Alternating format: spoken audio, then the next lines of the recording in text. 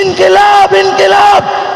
গেল বৃহস্পতিবার রাতে নাসিরউদ্দিন পাটোয়ারীর এনসিপি থেকে পদত্যাগের গুঞ্জন উঠে সামাজিক যোগাযোগ মাধ্যমে দাবি করা হয় মুখ্য সমন্বয়কের পদ থেকে অব্যাহতি চেয়ে পদত্যাগপত্র জমা দিয়েছেন নাসিরউদ্দিন। 2 সপ্তাহ আগে দলের আহ্বায়ক এবং সদস্য সচিব বরাবর এই পদত্যাগপত্র জমা দেন তিনি। তবে নাসিরউদ্দিনের পদত্যাগের বিষয়টি সঠিক নয় বলে জানিয়েছে দলটি।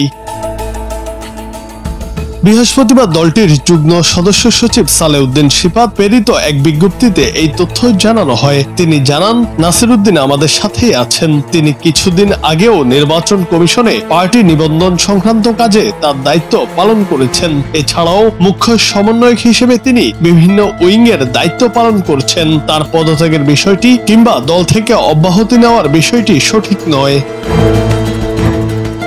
এদিকে এনসিপির জ্যেষ্ঠ যুগ্ম মুখ্য সমন্বয়ক আব্দুল হান্নান মাসুদ এক পোস্টে জানান, কনফার্ম করছি জাতীয় নাগরিক পার্টি এনসিপির মুখ্য সমন্বয়ক নাসিরউদ্দিন পাটোয়ারীর পদত্যাগের যে সংবাদ ছড়ানো হচ্ছে তা গুজব ছাড়া আর কিছু নয়। এমন অসত্য ও ভিত্তিহীন খবরের তীব্র নিন্দা জানাচ্ছি।